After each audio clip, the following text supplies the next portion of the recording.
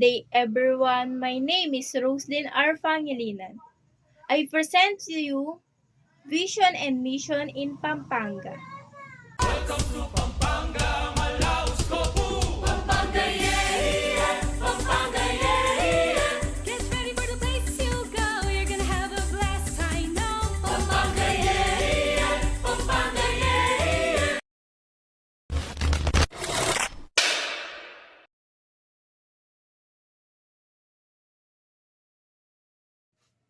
Vision. We envision Pampanga as a competitive province that is effective, transparent, and responsive, duly governed and managed by competent and committed human resource, where peace, love, and respect to the environment reign in the heart of every Kapampangan. Mission.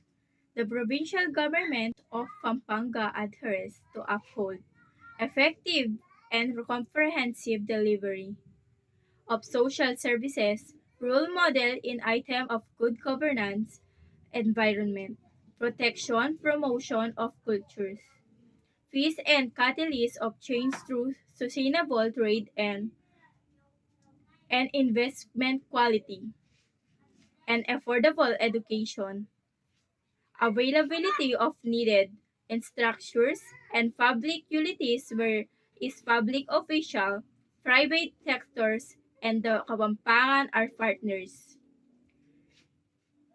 and committed to the principle of common unity to love country and dedicated services.